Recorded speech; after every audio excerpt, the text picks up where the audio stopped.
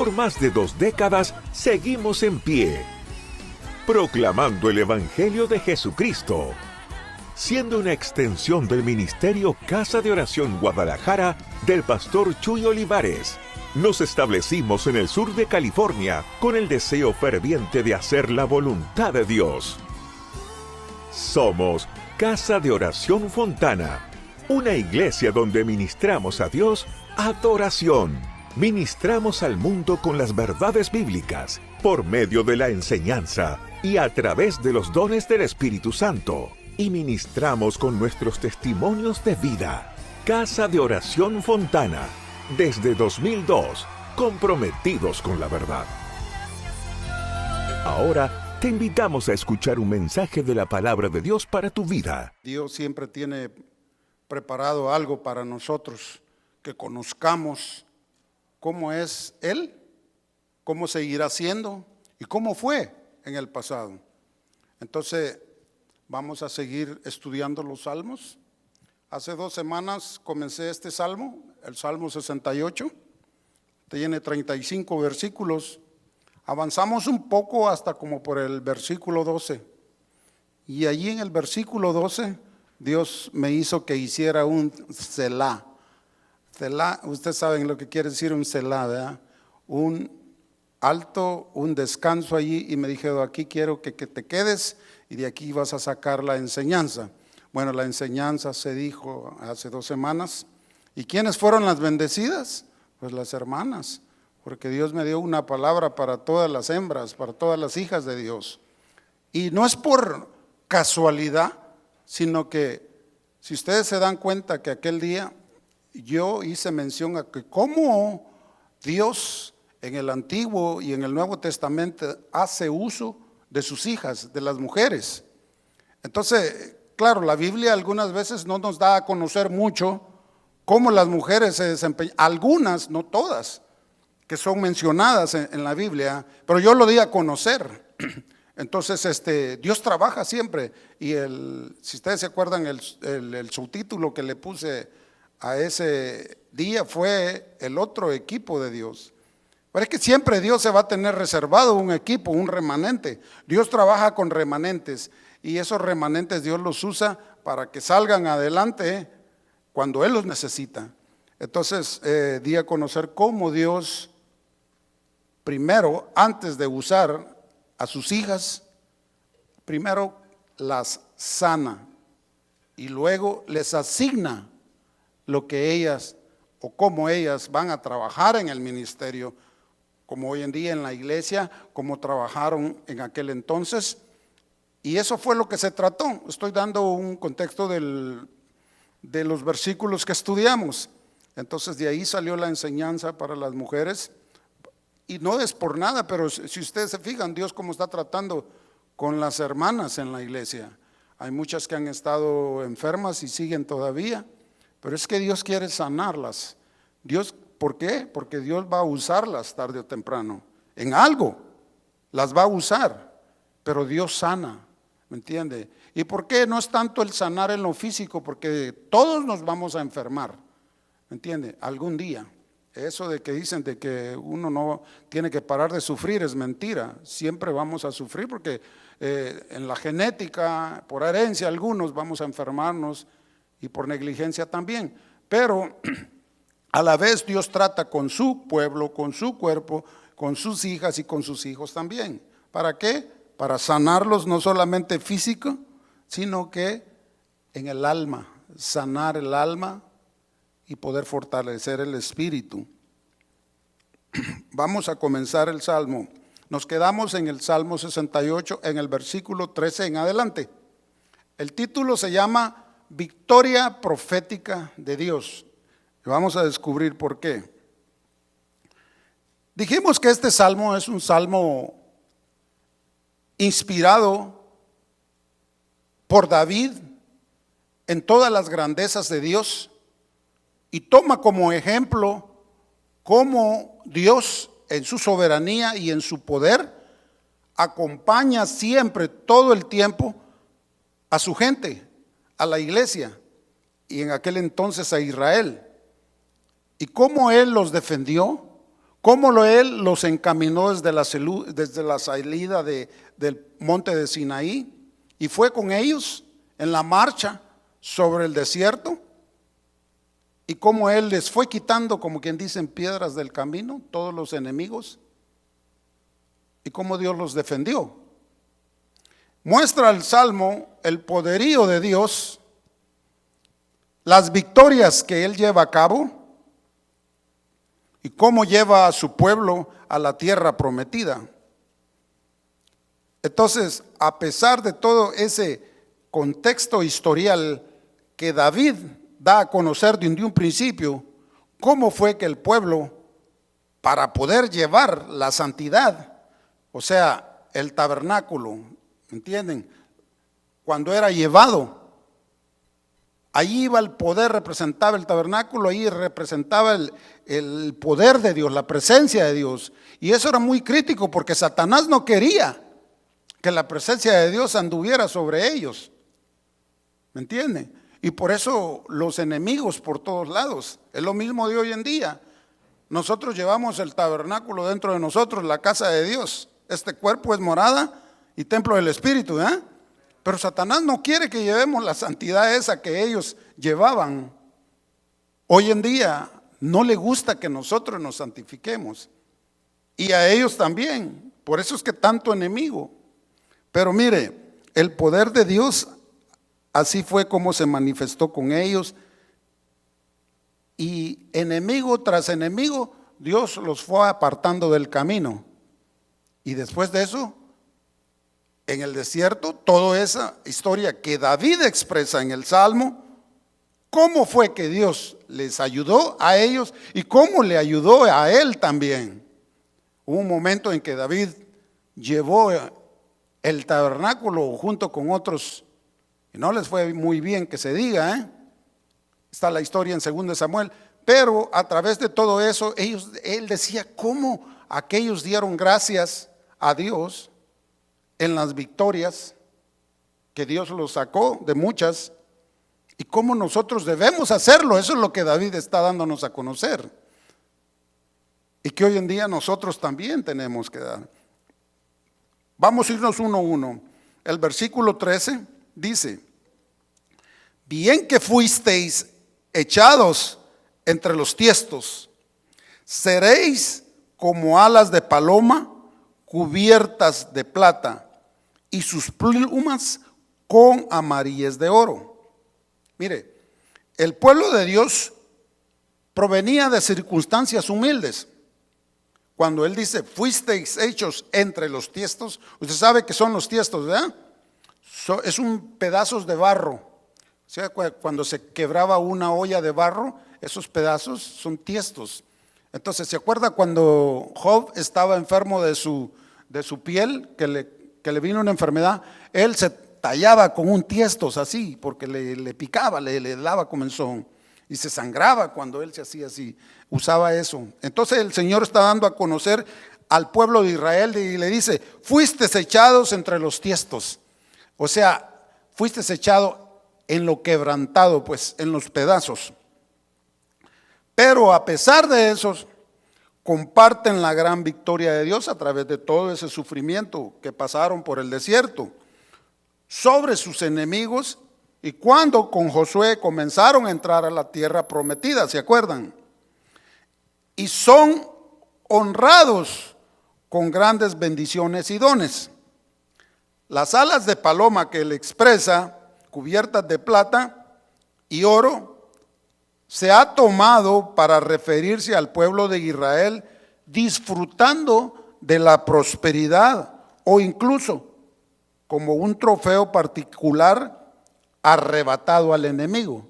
¿Por qué? Fíjense bien, después de una lucha, después de una batalla, tenían por costumbre de ellos, ¿se acuerdan que Dios decía, arrasen con todos, mátenlos a todos, niños, animales, que no quede nada? ¿Y qué hacían con el botín? Se quedaban con el botín. ¿Y qué decía el versículo 12? ¿Quiénes eran las que repartían el botín? Dice, huyeron reyes de ejércitos. Los enemigos huían cuando Dios los estaba venciendo, el versículo 12, y dice, y las que se quedaban en casa, o sea, las mujeres, después de que los habían vencido, ¿qué hacían? Repartían los despojos, o sea, repartían todo lo que les habían quitado a los enemigos. ¿Y qué pasaba después? Que dice que eran como las alas de paloma cubiertas de plata y oro, abundaba todo, la prosperidad, porque así era como Dios los prosperaba, les quitaba a los enemigos. Y dice, eso se refería a Israel, ¿por qué? Porque disfrutaban de esa prosperidad a través de una batalla, e incluso como un trofeo particular, arrebatándole al enemigo todo. Eso quiere dar a entender el versículo. Es el disfrute de alguien que ha vencido. Usted se ha fijado cuando, pongámosle en las peleas de boxeo, cuando el ganador disfruta la victoria, pero a través de la victoria disfruta en abundancia, porque luego gana mucho dinero. Así era el pueblo de Israel. Después de una batalla y la victoria que Dios les daba, disfrutaban de una prosperidad. Y eran botines grandes, ahí dice, oro, plata, animales, de todo, todo, todo. Pero siempre Dios les decía, santifiquen todo eso. Parece que quién fue que dijo, nuestro pastor dijo de que por cada cosa que nosotros usemos, tenemos que tener la tendencia de orar para bendecir lo que nosotros vamos a usar, porque todo está hecho en el mundo. Es más, cuando ustedes vayan a orar, háganlo cuando vayan a los restaurantes, porque usted no sabe si la comida le vaya a afectar, entonces hay que bendecir los alimentos. Y dice que fue como que si hubiese nevado en el monte de Salmón, dice el versículo, ¿verdad? ¿Estamos ahí en el Salmo? Amén. Dice que fue como si hubiese nevado en el monte Salmón. Entonces dirá el monte Salmón. ¿Qué es el monte Salmón? Ahorita vamos a ver. Mire, es otro nombre para el monte Ebal, que estaba en el centro de Israel. Ese monte fue usado por ellos porque iban caminando, iban a través de montes. Entonces, muchos consideraban a este monte como una colina que estaba alta, que era una montaña grande, grandísima. Pasaron por muchas montañas, ahí está, mire. Fue como si hubiese nevado en el monte Salmón. ¿Qué quiere decir esto? El significado de esta línea no está del todo claro. Y acuérdese que el salmista está dando a conocer muchas cosas que pasaron durante el camino, cuando el pueblo de Israel, que algunas veces nosotros no vamos a entender de qué se trata, inspirados en estas estrofas, porque es un canto a la vez. Pero todo va coordinado, fíjese bien, con todo lo que ellos iban experimentando.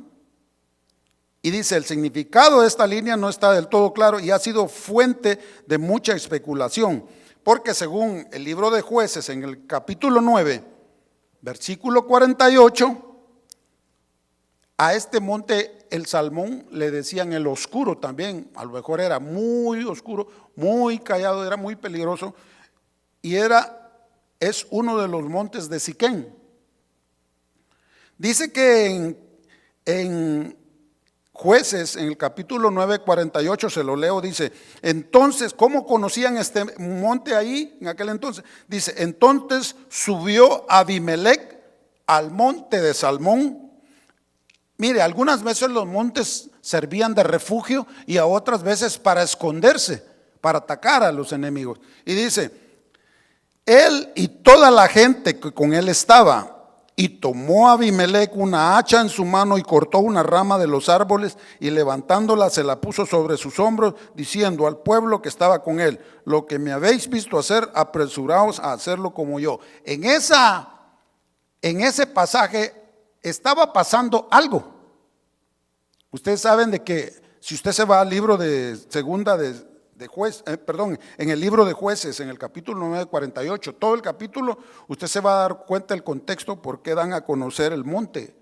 Era muy famoso ese monte, el Salmón, apodado el Oscuro, porque era como escondite de los enemigos, ¿me entienden? Para atacar, ¿me entienden? Entonces, resulta de que este Abimelech lo ocupaba, porque Abimelech fue un rey malo, muy malo, asesino, ¿entiende? Y de por sí la Biblia habla de 4 personas con el mismo nombre, Abimelech.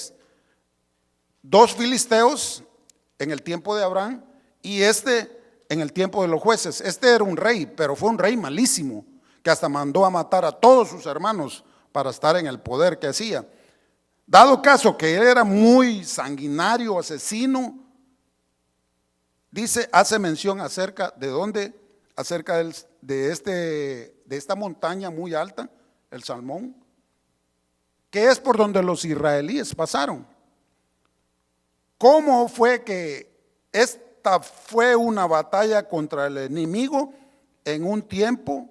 Puede ser de que por eso, fíjese cómo dice el 68:14, cuando esparció el omnipotente los reyes de ahí, fue como si hubiese nevado en el monte Salmón. O sea que sostuvieron una batalla ahí los judíos.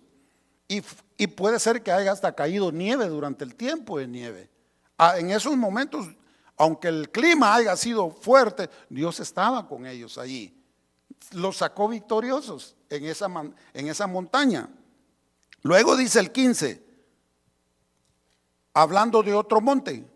Monte de Dios es el monte de Basán. Monte alto, el de Basán. Ese es otro monte altísimo. 16. ¿Por qué observáis, oh montes altos, al monte que deseó Dios para su morada? David se está inspirando y les está preguntando a los otros montes, ¿por qué observan, oh montes altos, a los demás montes alrededor?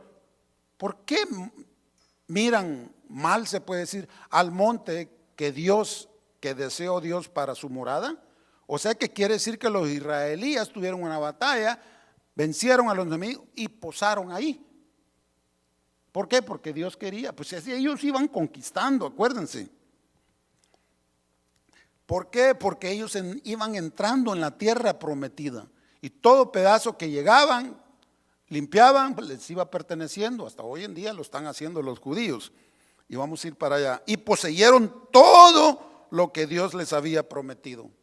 David usa estas imágenes para mostrar las conquistas de su pueblo por medio de él.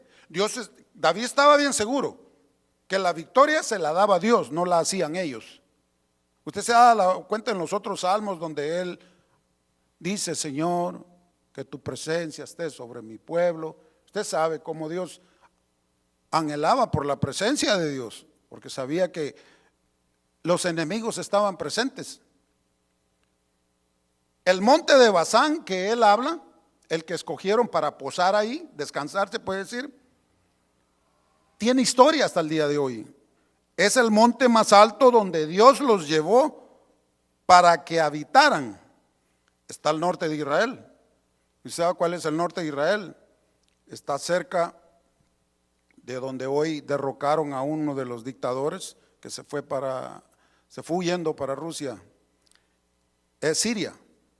A la par de Siria, con Israel, estaba ese monte que hoy en día, fíjese cómo es, los judíos durante la guerra que tuvieron 6 días, que le dicen la guerra de Yom Kippur, quitaron eso a los árabes porque a ellos les pertenecía ese monte. Fíjese, el Señor los llevó a Basán y el monte Basán hoy en día se llaman los altos del Golán. Eso siempre fue de los judíos y los árabes se habían adueñado. Entonces los judíos han ido quitándoles y se va a cumplir la promesa de que un día van a ser los dueños de todo lo que Dios les dio.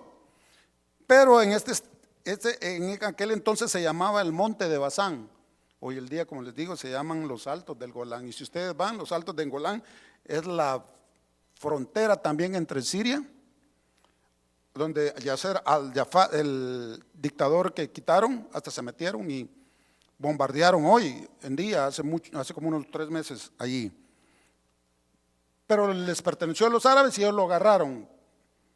Sin embargo, los Altos del Golán, Basán y los otros montes, por ser muy altos, parecen arder de envidia aquí en la prosa que él está diciendo, cuando dice que por qué ellos,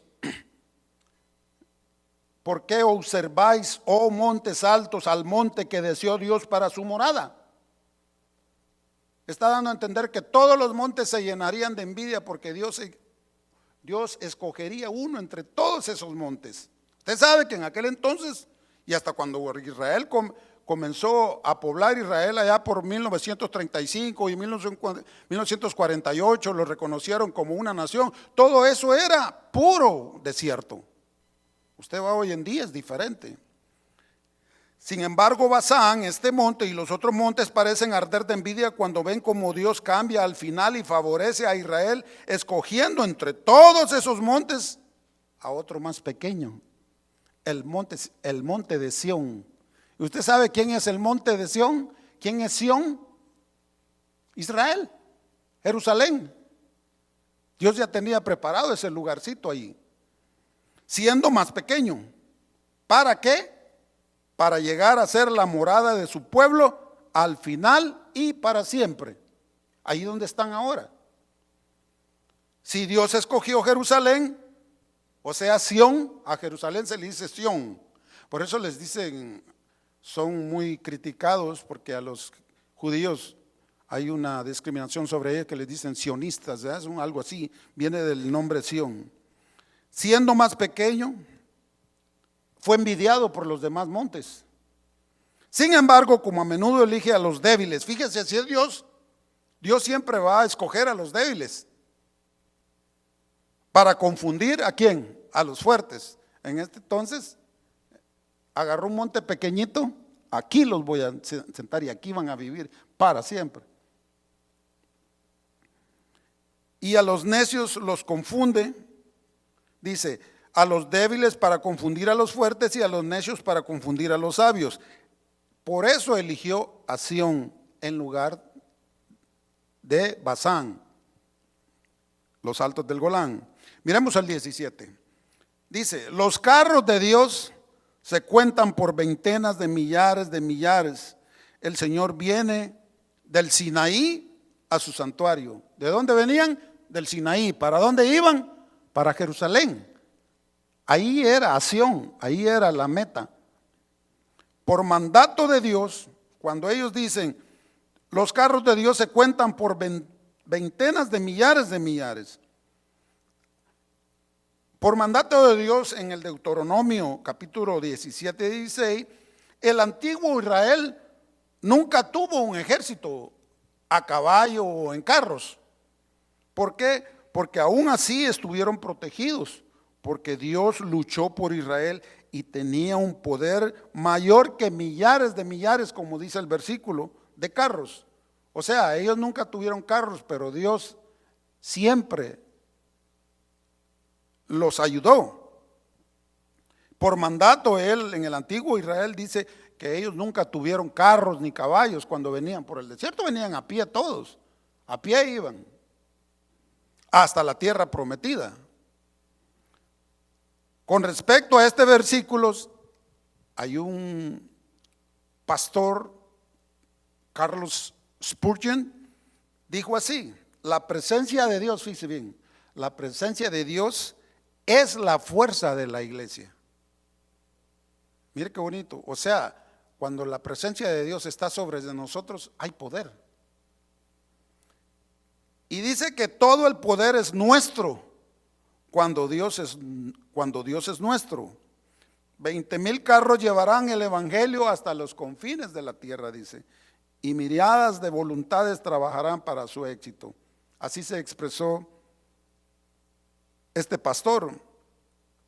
El 18 versículo 18 dice: subiste a lo alto, cautivaste la cautividad, tomaste dones para los hombres y también para los rebeldes, para que habite entre ellos. Y hace una pausa. Mire, este versículo es clave. Por eso le puse el nombre al estudio de que es profético lo que David de antemano estaba dando a conocer. Y yo mencioné el estudio pasado un poco de esto y vamos a entender por qué.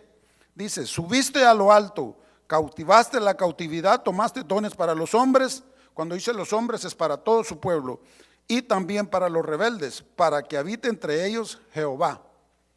Cuando el Señor, Dios, da sus dones al que Él quiere, en aquel entonces, ¿se acuerdan? El estudio de hace 2 semanas, estábamos hablando cómo Dios les dio dones a todas las mujeres y se los sigue dando. Y así es como Dios lo hace. Y dice que sube a lo alto y vence con victoria. Este versículo 18 es donde el apóstol Pablo lo citó y lo aplicó a Jesús, manteniendo el contexto pero cambiando una palabra. Fíjese, en el versículo 18 dice: tomaste dones, pero Pablo dice: dio dones. Allá en Efesios, subiendo a lo alto, llevó cautiva la cautividad y dio dones, dice Pablo, a los hombres. Miremos Efesios 4 del versículo 8 a 10. Dice: por lo cual dice, subiendo a lo alto, llevó cautiva la cautividad. ¿Y qué dice? Y dio dones a los hombres. Está hablando a su iglesia. Y por eso es que le digo que la Biblia en algunas veces, si no podemos entender el lenguaje espiritual, aquí dice: y dio dones a los hombres. Por eso es que algunas veces han malinterpretado los versículos y creen: no, pues solo a los hombres, y a las mujeres no, ¿verdad? La mujer que se calle en la congregación. Pero no es así. Cuando Dios habla en general, en plural, está hablando de todo su pueblo, mujeres y hombres y niños y todo. Y por eso Él dice: Él dio dones. Yo hice énfasis en la profecía de Joel, donde Él dijo de que en los postreros días nuestros hijos y nuestras hijas, ¿se acuerdan? ¿Qué dice? Profetizarán, mirarán visiones, mirarán sueños. Eso se está cumpliendo y se va a tener que cumplir. Entonces los dones son para todos. Y eso de que subió, dice Pablo, ¿qué es? Sino que también había descendido primero a las partes más bajas de la tierra. Está hablando cuando el Señor murió y fue al paraíso, allá abajo, donde estaban cautivos los que murieron en el Antiguo Testamento, para liberarlos. Y luego dice el 10: el que descendió, que después que Él desciende, es el mismo que también subió por encima de todos los cielos para llenarlo todo. Esta parte es la que David en el versículo 18 está profetizando acerca de Jesús, ya de antemano, cosa que ellos no entendían porque el Nuevo Testamento todavía no había venido, ni Jesús había nacido. Y para ellos, en el antiguo, los israelíes no entendían de qué estaba hablando. Cuando Él dijo en el 18: subiste a lo alto, cautivaste la cautividad, tomaste dones para los hombres. Y también, ahí dice tomaste, no dice dio. Y también para los rebeldes, para que habite entre ellos Jehová. ¿Qué estaba dando a conocer David? De que el Señor iba a venir, iba a morir. Y dice que iba a tomar cautivo el pecado en nosotros. En este contexto, Pablo está enfatizando que la ascensión de Cristo al cielo no solo marca su victoria sobre el pecado y la muerte, lo que yo decía, cuando Pablo da a conocer más con claridad para la iglesia, que Él cautivó el pecado, llevó el pecado pues de nosotros en la cruz y en su ascensión lo llevó para que nosotros fuéramos libres de todo pecado. Él pagó todo lo que nosotros teníamos que haber pagado. Usted sabe que si nosotros ante el juicio si Cristo no hubiera venido, nosotros ante el juicio del Dios, cuando pasáramos y lleguemos a pasar ante el trono blanco, ¿qué nos va a tocar si no hubiera venido Cristo? Cuello.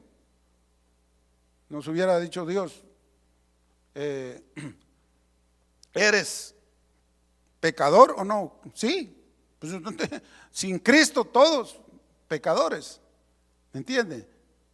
Pero Cristo vino y nos salvó de la muerte eterna. No, yo creí que le iba a dar aplausos a usted. Llevó la cautividad del pecado, venció a la muerte. Para nosotros no hay muerte eterna. Para los impíos, no, aquellos que no creen en Dios, rechazan a Dios, sí va a haber muerte eterna. Porque esa será la segunda muerte para ellos en el infierno. Para nosotros no. Mire, dice que marca su victoria sobre el pecado y la muerte, sino que también es el punto de partida para la distribución de dones espirituales a la comunidad de sus creyentes, de sus hijos. Después que Él muere y asciende, nos da regalos, nos envía un regalo. ¿Y cuál fue el regalo que nos envió en el Pentecostés? El Espíritu Santo, el derramamiento del Espíritu. Con ese, Dios dijo, con al derramar mi Espíritu sobre ellos, voy a poder darles los dones, hermano. Si solamente que tú andes en el Espíritu, Dios te va a dar dones. De otra manera no te va a poder usar. David tenía en mente la victoria de Dios sobre el pueblo y lo que sucedió después de que terminó la batalla. De cada batalla, después de que terminó, Dios se ocupó de sus enemigos, como decía yo. Se ocupó de sus enemigos, nunca se los quitó, pero siempre estuvieron ahí sus enemigos. Una cosa tenemos que tener presente como iglesia, de que siempre va a estar el enemigo acosándonos, siguiéndonos, y si nos descuidamos, nos va a hacer un daño. Satanás tiene sus demonios, sus malos espíritus esparcidos por todo el mundo. Y si nosotros no andamos bien parados, va a haber lucha, va a haber batalla. Así es como David está profetizando que Jesús ascendería, que el Mesías ascendería. Esa es esta profecía a la que Pablo se refiere en este momento y a la que David estaba diciendo en el Salmo.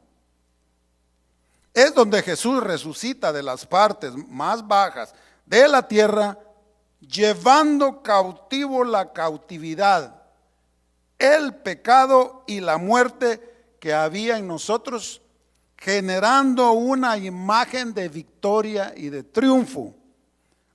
Además, la entrega de dones a la iglesia indica que la ascensión de Cristo, mire, si Cristo no hubiera ascendido a los cielos, no hubiera visto nada.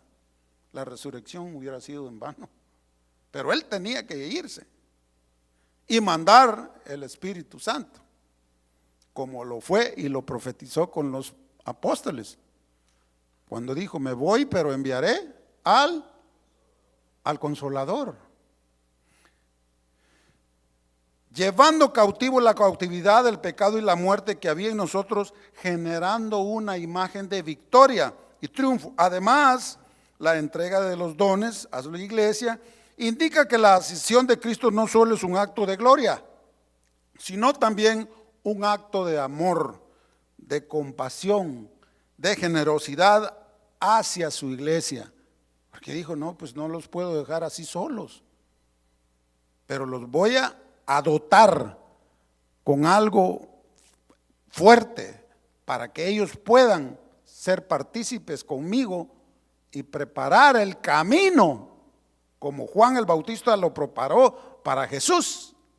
Ahora mi iglesia tiene que preparar el camino para cuando yo venga de regreso, pero solamente lo van a hacer dotados del Espíritu usando los dones que Dios nos da aquí en la tierra. Porque la lucha para nosotros es aquí en la tierra, ahorita.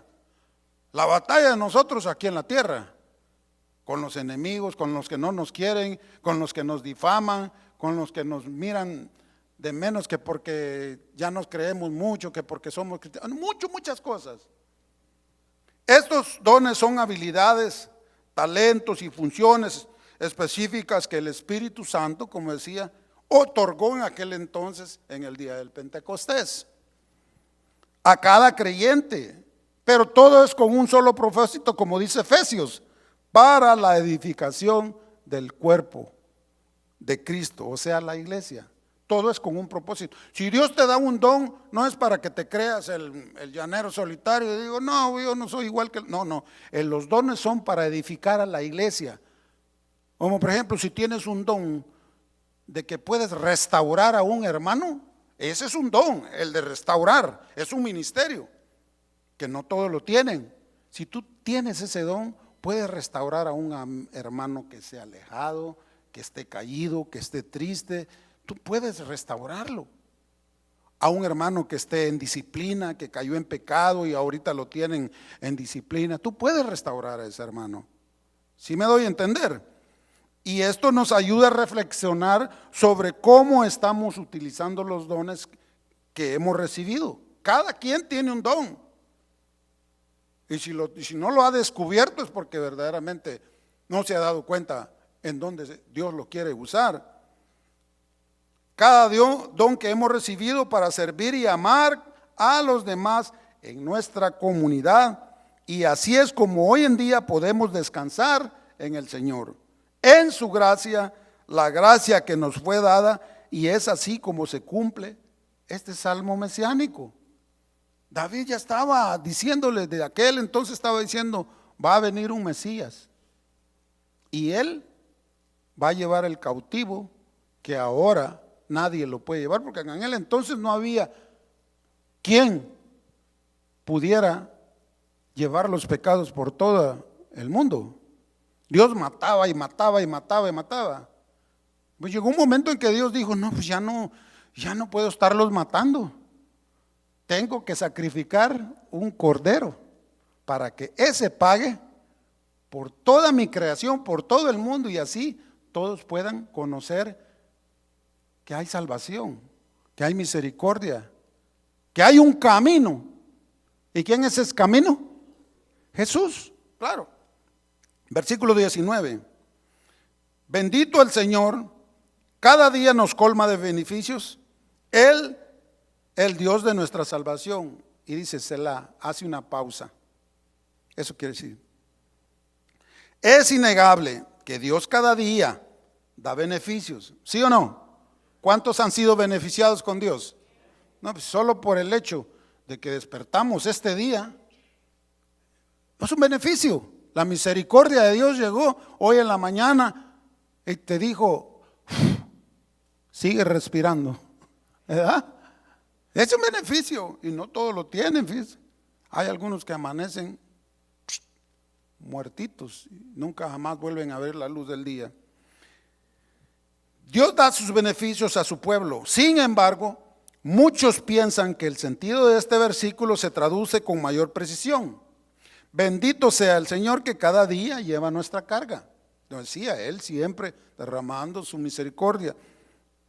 Versículo 20. Dios nuestro Dios ha de salvarnos, dice David, y de Jehová el Señor es el librar de la muerte. Mira, ¿de quién es la responsabilidad de librarnos de la muerte? De Dios, de Jehová. En aquel día, entonces él decía, de Jehová es, el Señor es librarnos de la muerte. Era Dios, vencía a sus enemigos, mataba a sus enemigos. Pero hoy, en el Nuevo Testamento, ¿quién llevó esa responsabilidad de morir por nosotros? Llevar cautiva la muerte, venció a la muerte en la cruz por nosotros, el Señor Jesús.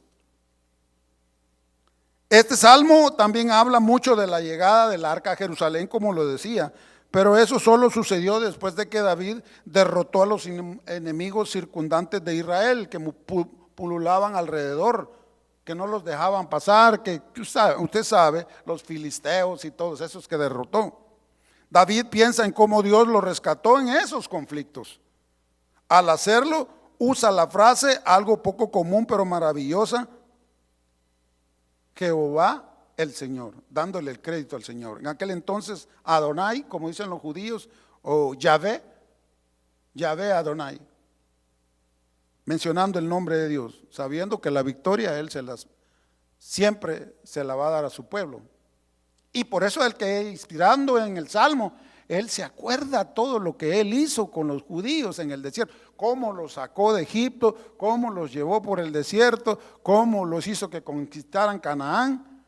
Él dice: qué misericordia es la de mi Padre, que he llegado, ahorita yo estoy aquí porque aquellos que vinieron por el desierto alcanzaron la misericordia de Dios.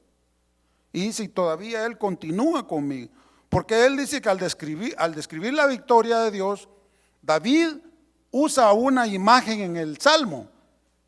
¿Y qué dice? Mire, como dice ahí en el versículo 21, ciertamente, fíjese, vámonos al versículo 21, dice: ciertamente Dios herirá la cabeza de sus enemigos, la testa cabelluda del que camina en sus pecados. Está hablando de sus enemigos, del pecador, porque el pecado es el enemigo número uno de nosotros, y el hombre lo sabe. Por eso usted le dice a un hombre, por eso que cuando nosotros evangelicemos, nosotros los que vamos a evangelizar, no podemos decirle a un hombre: ven que Cristo te ama. Sí, es cierto, Cristo nos ama, pero primero hay que decirle: arrepiéntete, porque hay pecado, y el pecado Dios lo detesta. Dios le hace, lo huele y dice: no, este huele a pecado. Cuando uno viene aquí y hay algo, cuidado, si trae pecado, que Dios luego huele el pecado. Y él dice: ciertamente Dios herirá la cabeza de sus enemigos. Algo muy significante que él da a conocer, donde dice la testa cabelluda, o sea, el cuero cabelludo del que camina en sus pecados. ¿Por qué? Al describir la victoria de Dios, David usa esta imagen allá en Génesis. ¿Se acuerda? Génesis 3:15, donde dice: y pondré enemistad entre ti y la mujer. ¿A quién le está diciendo ahí? A la serpiente, a Satanás. Y dice: y entre tu simiente y la simiente suya. ¿La simiente de quién? De la mujer. Esta te herirá en la cabeza y tú le herirás en el calcañal. Ciertamente Dios herirá la cabeza de sus enemigos, dice el Salmo. Pero a la vez dice, donde Dios prometió que el Mesías, ¿quién es el Mesías? Dígalo. Él heriría a Satanás con una herida fatal en la cabeza al vencerlo en la cruz. La victoria sería total, con el pueblo de Dios caminando como vencedor sobre el campo de batalla. Es donde se mata la autoridad del enemigo. ¿Cómo se mata la autoridad del enemigo? ¿Cómo hacían en aquel entonces? ¿Qué hizo David cuando venció a cuando venció a Goliat? Después de que le pegó con la resortera ahí, la pedrada aquí, lo tumbó. Porque aquel seguía vivo. Ahí estaba grandote. ¿Y qué hizo David? ¿Si se acuerdan? Le cortó la cabeza. Era algo que cuando tú le cortabas la cabeza al enemigo se acababa la autoridad. Por eso Dios lo dijo en Génesis: la simiente de la mujer te va a dar en la cabeza. ¿Cómo mata usted una culebra?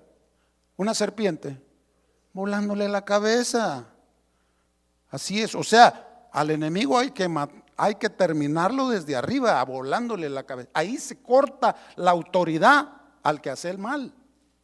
Y en aquel entonces, por eso en los tiempos de antes, ¿qué hacían cuando algún asesino, algún sanguinario, lo degollaban, lo ahorcaban, le daban pues aquí la cabeza? Y eso es lo que Dios está diciendo aquí a través del Salmo. Dice que la testa cabelluda, el cuero cabelludo, es decir, describe a sus enemigos más feroces y terribles. Así como hay hoy en día, bien en aquel entonces, que acababan con familias, mataban niños, así hay sanguinarios hoy en día. Y usted puede dar cuenta de las noticias de todos esos carteles, cómo matan gente. Y los terroristas también. Porque en la antigüedad muchas personas, muchos de esos malandros, solían usar el cabello largo y desgreñado. ¿Y para qué lo hacían? Para que su apariencia pudiera ser más terrible y causar más miedo. ¿Me entienden? Por eso lo hacían, todos barbudos, usted sabe los vikingos cómo eran. Escuchad, esos eran así, porque en su personalidad daban a conocer miedo, la gente les tenía miedo. Usted mira a uno que anda ahí en la calle todo sucio, todo barbudo y se le acerca, que da mucho que ver, mucho que pensar. No, pues dice usted, no, algo pasa, ¿verdad? La mala apariencia da miedo, ¿no? Da mucho que pensar. Así era esto. Versículo 22. El Señor dijo: de Basán te haré volver. ¿De dónde? De Basán. ¿Y cómo se llama el monte ese hoy en día? Los altos del Golán. De ahí dice: te voy a hacer volver y te haré volver de las profundidades del mar también. Le está hablando a su pueblo de Israel. El 23, porque tu pie, fíjese, entra en victoria aquí, mire, porque tu pie se enrojecerá de sangre de tus enemigos y de ella la lengua de tus perros. ¿Qué quiere decir esto? Como los pies de ellos pisarían la sangre de estos enemigos cuando los derrotaran, y les da a conocer cómo los perros lamerían la sangre de estos muertos al morir en la batalla. Eso les está dando a conocer Dios, que cuando entraran en batalla y después de la victoria, ellos pisarían ese lagar de sangre, esa sangre por todos lados, ¿verdad? Y los perros lamberían todo eso de sus enemigos. Esta era una frase utilizada seguidamente sobre el pueblo de Dios, y lo vemos en algunas referencias en el Antiguo Testamento, donde dice: los traeré. ¿De dónde dice? Te haré volver de las profundidades del mar, de los montes. Así hablaba el Señor, en un lenguaje que el Señor tenía con su pueblo. De los confines de la tierra, te esparciré sobre el mundo. Así le dijo a Israel allá en Ezequiel, cuando le dijo: te esparciré por todo el mundo. Profecía que se cumplió. Y luego les dice: desde los montes, de los lugares más, te haré regresar. ¿Y de dónde lo regresó a los judíos? De todas partes del mundo, después de que lo reconocieron como nación en 1948. Regresaron de todas las partes y hasta lo siguen haciendo, andan recogiendo todos los descendientes de judíos para poblar Israel, porque esa fue la profecía de Dios. Y ese lenguaje se usa aquí en ese versículo donde dice: de Basán te haré volver. ¿Por qué? Porque ellos primero llegaron a los montes de Golán y después dijo: no, ese monte no, te voy a llevar a Sión. ¿Se acuerdan? Pues así es Dios. Y te haré volver de las profundidades del mar. O sea, de todas partes los recogió Dios y los llevó a Jerusalén. Lo que hoy está pasando en día. Dice, entonces dice de que una frase utilizada, y lo veremos en algunas referencias cuando usted lea el libro de Antiguo Testamento, ya sabe a qué se refiere, era, cuando él se refería a estas frases, era como mostrar juicio y humillación algunas veces. Y da a conocer, ¿por qué le dice mostrar juicio y humillación? ¿Por qué les dije? Porque en aquel entonces, durante el cautiverio, los sacó Dios del cautiverio y todavía le fallaban a Dios como idólatras, y por eso Dios les dijo: les voy a traer uno que les va a volver a dar, los va a hacer cautivos y después los voy a esparcir por todo el mundo como nómadas. Los castigó mucho Dios a los judíos. Y aquí dice que eso da a conocer mostrar juicio y humillación. Así los humilló Dios también. Y da a conocer que los enemigos, después, todo aquel que fuera contra Israel, también serían traídos de todos lados para dar cuenta a Dios. Y va a pasar hoy en día. Y sigue pasando. Y en el tiempo final, después de la venida del Señor, en el juicio final, todos los enemigos de Dios van a dar cuenta. Dios los va a llamar de todos los confines del mundo. Y dice que en el trono blanco, el mar, dice, dará a los muertos, todos los que hayan muerto, malos, que nunca quisieron, de allí también vénganse, que ahorita les va a tocar la segunda muerte. ¿A dónde? Al lago de fuego. Todo esto es una profecía, el Salmo, a pesar de que es un canto inspirado sobre las victorias de Dios, sobre los dones que Dios, sobre todos los favores que Dios nos da. A pesar de antemano sobre eso, Dios quiere que conozcamos que a pesar de que Él nos bendice, nosotros tenemos que aprender a alabarle, a bendecirle, a adorarle todo el tiempo, todo el tiempo. Ellos venían por el desierto y venían cantando los salmos. Así hacían. Después de una victoria, ellos decían, ¿me entiende? El Señor es mi pastor. Y iban caminando. Y lo hacen hasta hoy en día allá en Israel los judíos. ¿Y por qué nosotros también lo cantamos? ¿Verdad? La procesión del arca continúa después del 24 al 27. Vamos ahí. Está muy largo, 35 versículos, pero hasta donde Dios nos permita. Mire, la procesión del arca es que David recuerda que fue difícil llevar la presencia de Dios en el arca, porque los enemigos, y Dios le decía, ten cuidado, esto no es cualquier cosa, el arca no puede cualquiera tocarla. Para tocar el arca tenía que ser algo bien santificado, bien limpio, santo. Y solamente eran algunas personas solamente que Dios. Pasó un percance cuando David llevaba el arca. La emoción lo traicionó a David. Quería hacerle un favor, dice que a Dios. Cuidado, Dios no necesita nuestros favores. Cuidado con nuestras emociones. A David le fue mal y a él y a sus que iban con él. Del 24 al 27 el salmista David nos explica y da a conocer el trayecto que el arca de Dios, cómo juntó con el pueblo al salir de Baala de Judá.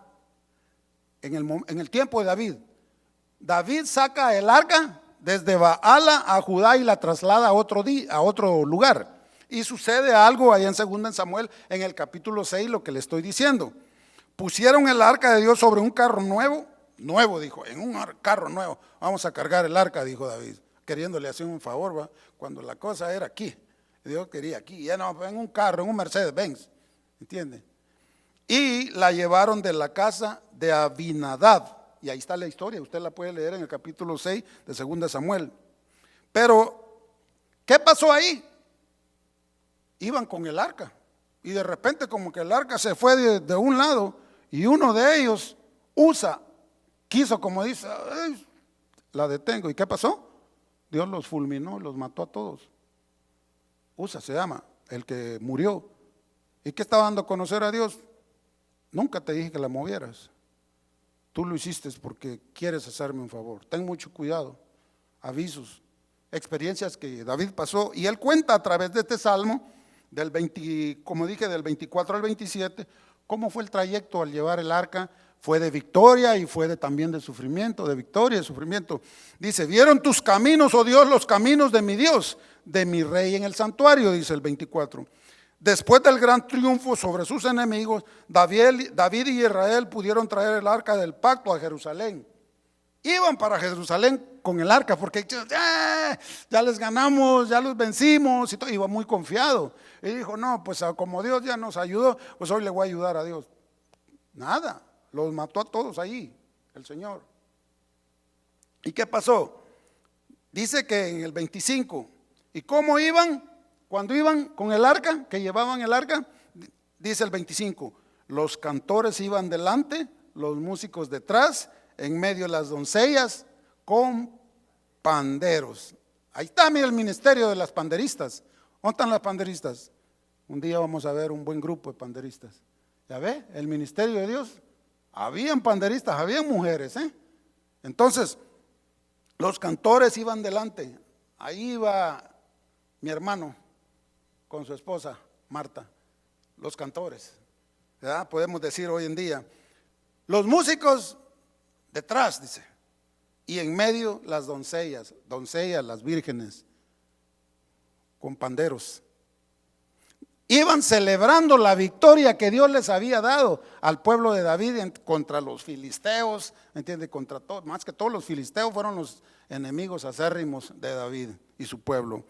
David y toda la casa de Israel danzaban delante de Jehová con toda clase de instrumentos de madera, de haya, con arpas, salterios, panderos, flautas y címbalos. Todo. Iban contentos. Por eso le digo que iban ahí, cada vez que llevaban el arca, iban cantando salmos. El 26 dice: bendecid a Dios en las congregaciones. ¿Qué es lo que hacemos? Bendecid a Dios en las congregaciones. Al Señor, vosotros de la estirpe de Israel. Está hablando a los judíos, pero nosotros somos de la estirpe de Israel, a través de Abraham por la promesa de Dios, porque todos aquellos que por la fe hemos creído en el Dios somos de la descendencia de Abraham. No le dijo, pues, haré multitudes de ti que creerán en mí.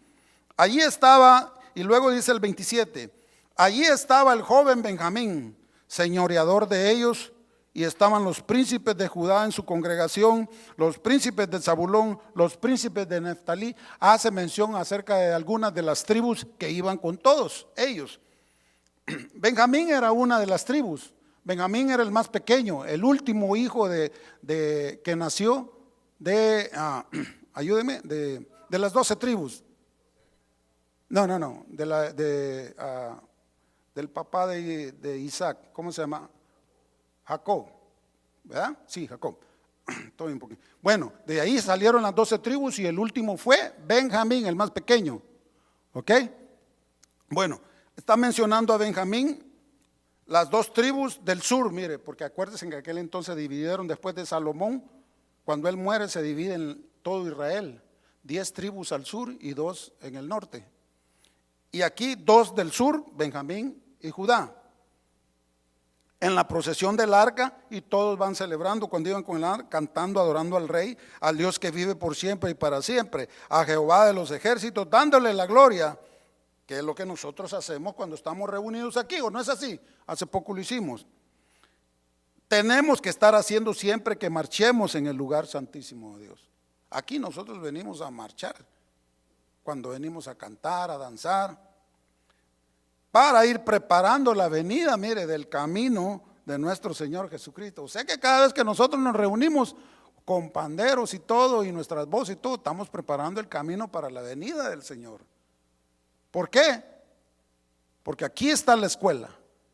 Cuando estemos allá en la presencia de Dios, lo único que vamos a hacer, dice el libro de Apocalipsis, va a haber pura alabanza, nada más. Ya no va a andar mi hermano Chava, allá arreglándolos aquí, allá, nada, puro cantar, todos vamos a estar solo cantando. Por eso les digo que si usted no da el ancho aquí cantando y ahí todo desafinado, no se preocupe, allá todos vamos a cantar celestiales, como ángeles, fíjese, mire, y luego dice que estar haciendo siempre eso le agrada a Dios. Es el deleite de Dios escucharnos, que le cantemos, que le alabemos. ¿Por qué? Porque preparamos el camino del Señor a través de lo que estamos haciendo. Estamos preparando el camino. Y como Él es el camino y la verdad, ¿y qué dice la palabra? Él es el camino, la verdad y la vida, y nadie viene al Padre si no es por Él. ¿Por quién? Por Jesús. Por eso es que tenemos que preparar el camino. ¿Se ha fijado que cuando le están haciendo porras a alguien que ha triunfado, le hacen un camino ahí, y lo reciben ahí? Es como que nosotros estemos haciendo eso, preparando para el Señor. La pequeña tribu de Benjamín, esta tribu tuvo un papel destacado. Esto muestra una gracia maravillosa de parte de David, porque su predecesor, el rey Saúl, era de la tribu de Benjamín. De ahí venía David. Y muchos reyes que salieron de esa tribu, o sea, la tribu de Benjamín tuvo mucho que ver en el ministerio de Dios, en la época de David.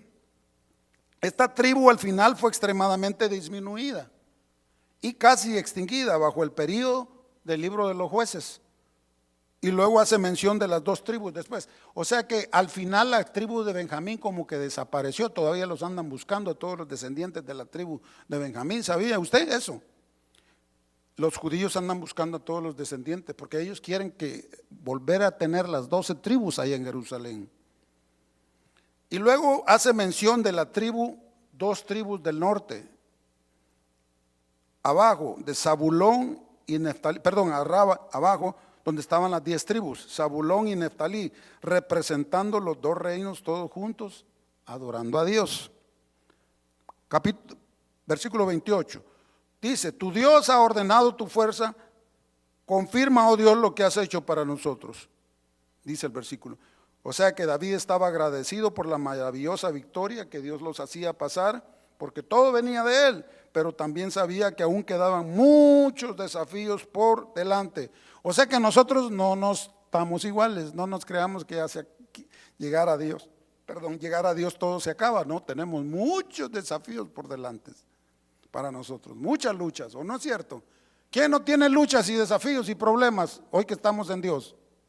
Y el que no tenga, que me diga para ver cómo le hace. Quiero aprender a no tener de esas pruebas, porque a través de pruebas como vamos a entrar al reino, dice Pablo. David ora para que Dios derramara fuerza en la victoria, así como lo hizo en el pasado, usándolo como base para lo que siempre él hará en el futuro. Dios. Versículo 29. Por razón de tu templo en Jerusalén, hoy los reyes te ofrecerán dones. ¿Qué está tratando de decir aquí? David estaba seguro de que al final Dios y su pueblo del pacto sobrevivirían y prosperarían a pesar de sus enemigos entre las naciones, y que al final otros se someterían en tributo a Israel, no al revés. En última instancia, esto habla de un tiempo todavía en el futuro en el que Jesús realmente reinará en la tierra el milenio. Aunque ciertamente hay una especie de cumplimiento ahora a través de la obediencia de los cristianos, la tarea que nos toca a nosotros, a la gran comisión. ¿Cuál es la gran comisión? ¿Qué dijo Jesús en el capítulo 28 ahí en Juan? Que repitan los que se saben ese versículo. Por eso no les gusta ir a evangelizar con nosotros, ¿verdad? Porque no se lo saben. Esa fue la gran comisión. Y eso es lo que nosotros tenemos que hacer para hacer el cumplimiento a través de la obediencia como cristianos a la gran comisión y el avance resultante del cristianismo mundial en todo el mundo. Necesitamos hacer eso. Hay mucho que hacer. La mies es mucha. Hay mucho trabajo en el ministerio.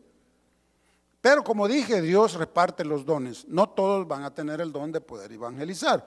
¿Entiende? Dios sabe quién tiene el potencial, ¿entiende? Aunque la responsabilidad es de todos. ¿Ok? Versículo 30. Y hasta ahí vamos a llegar porque ya estamos terminando, vamos a ir rapidito.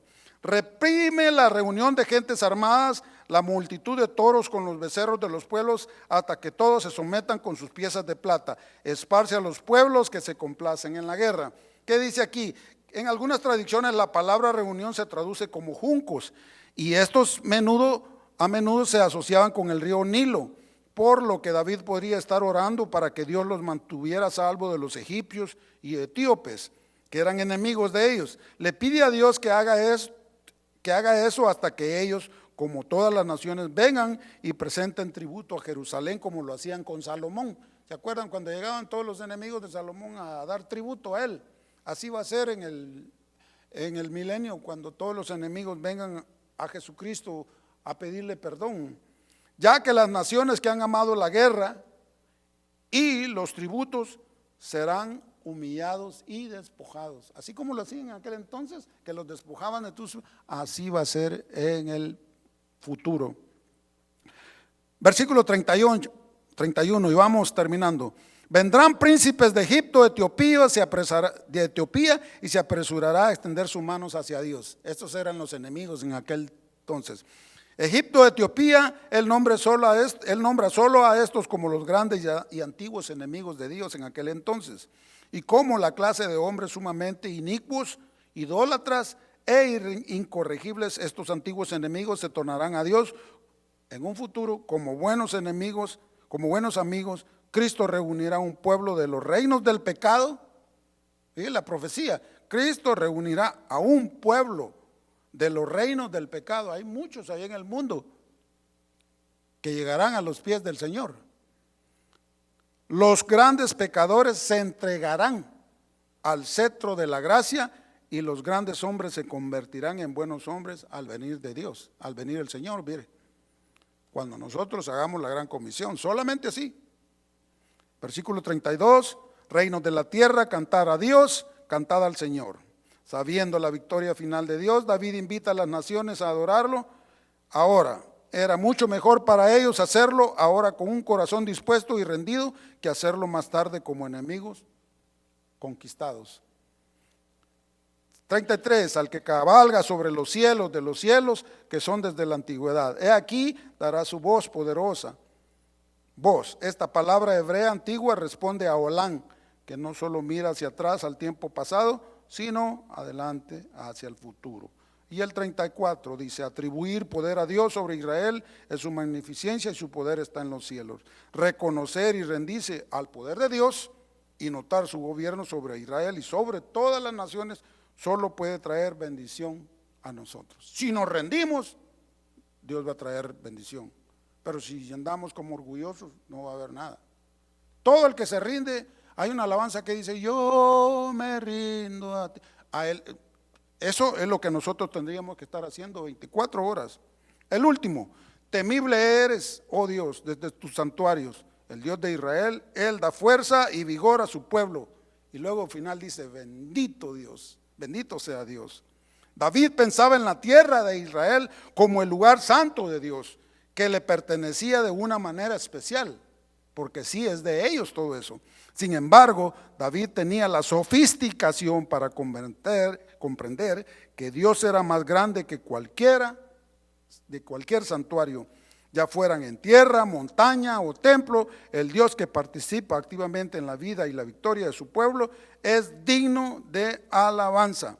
Este salmo ha sido muy querido, como ejemplo ha servido en todo el tiempo que han habido, hasta en guerras, en batallas, y le llamaban hasta el canto de las batallas, porque había una experiencia de cómo Dios trabajaba con el pueblo de Dios. Era un salmo que cualquiera que sea la victoria que hayan obtenido y la inspiración que hayan recibido de este salmo, algunos no duraron con esas victorias. ¿Por qué? Porque fue temporal, porque la victoria duradera todavía espera el gran reino del Mesías. Viene una victoria, viene una batalla fuerte. Y Apocalipsis lo dice, del versículo 16 en adelante, donde aparece que va a suceder esa gran batalla llamada la batalla del Armagedón, que la Biblia lo nombra. Ahí lo puede ver en Apocalipsis 16, del versículo 12 al 21. Esa va a ser la gran batalla que Jesús va a venir cuando venga a limpiar toda la tierra, todo el mundo. ¿Entiende? Así es como David, terminamos, qué bueno, 35, terminamos con el Salmo. Así es como David se expresa. Expresa la magnificencia, el poder, el amor, la misericordia de Dios sobre su pueblo. Estamos bendecidos, póngase de pie. Estamos bendecidos. Dios siempre va a estar pendiente de nosotros. Dios siempre nos va a usar, porque dice que Él llevó cautivo la cautividad. ¿Y qué es la cautividad? ¿La cautividad de qué? El pecado. Para que nosotros caminemos en paz, tranquilos, en victoria todo el tiempo. Pero en victoria ¿de qué? De saber cómo Dios trabaja con nosotros. ¿Me entiende? Porque Dios es el que pelea por nosotros. Dios es el que pelea por nuestras batallas. Usted solamente ore. Y yo decía a las mujeres, ¿cómo fue que llegaron las mujeres cuando el Señor había muerto y llegaron a la tumba? ¿A qué horas llegaron? Al amanecer, en la mañana temprano. Ahí, al amanecer tempranito, es donde se comienzan las luchas, las batallas. ¿Cómo? Con las rodillas, orando. Porque usted está comenzando el día y no sabemos qué el enemigo tiene preparado. ¿Me entiende? Entonces el salmista nos da a conocer cómo nosotros tenemos que prepararnos y preparar el camino para Dios. Amén. Cierre sus ojos. Amado Padre Celestial, te damos gracias una vez más por tu amor, por tu misericordia, por todo lo que tú has hecho y sigues haciendo y vas a hacer por nosotros, Señor. Estamos agradecidos, por eso te alabamos, por eso te amamos, porque no hay nadie como tú, Señor. No sé dónde estuviéramos si no hubiera sido tu misericordia la que nos rescató, Señor. Nos has salvado de muchas y sigues todavía teniendo cuidado de cada uno de nosotros. Oh, cuán amor nos ha dado al Padre, que nos dio a su Hijo, llegar a morir en esa cruz, pagando todos nuestros pecados y llevando cautivo todo en la ascensión hacia el cielo, y estar sentado ante tu presencia, abogando por nosotros día y noche. Gracias, Señor, por esa bendita sangre que derramaste en la cruz. Cuán amor nos has dado, Señor, que a pesar de que no lo merecemos, tú siempre estás pendiente de nosotros. Oh, qué lindo eres, Jehová, al darnos a tu Hijo y podernos sabido dar el Espíritu Santo que hoy mora en nosotros. Que seas tú el que nos dé la fuerza para activar nuestro espíritu todos los días, Señor, cuando andemos en nuestra vida cotidiana. Bendícenos, Señor. Perdónanos si en algo te hemos fallado, Señor. Queremos estar limpios y transparentes ante tu presencia. Gracias, Señor Jesús, porque tenemos el privilegio de venir a adorarte, a alabarte cada vez que nos reunimos como pueblo, a luchar por nuestras batallas diarias, y aquí las vencemos unidos, todos juntos. Gracias, Señor, por tu amor. Gracias por todo, porque tú eres el que nos da la victoria. Llévanos a casa con bien, cuídanos y guárdanos por el resto de la semana, y que las actividades que vienen, Señor, a través de tu gracia podamos realizarlas. Gracias por los niños, gracias por los jóvenes, gracias por mis hermanas, los hermanos, por todos los que tienen un ministerio aquí y que desarrollen un don que tú les has dado. Oramos por nuestros pastores, que tú los guíes y los guardes, que tus ángeles acampen alrededor de ellos. Gracias, Señor, por tu amor.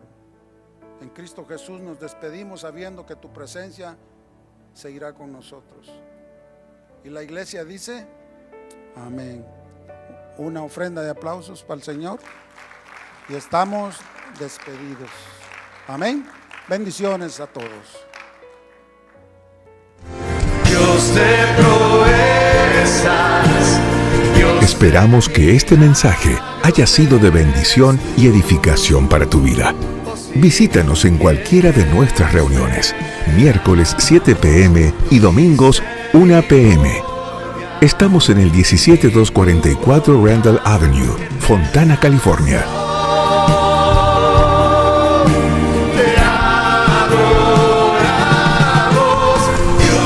Síguenos en nuestras redes sociales y también puedes encontrar todas nuestras actividades, información y mucho material para tu crecimiento espiritual a través de nuestro sitio web.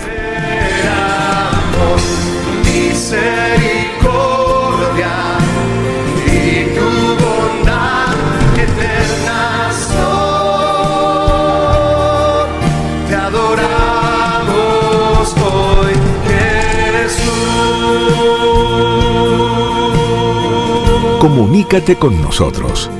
Casa de Oración Fontana. Estamos para servirte. Levantamos tu nombre, tu misericordia.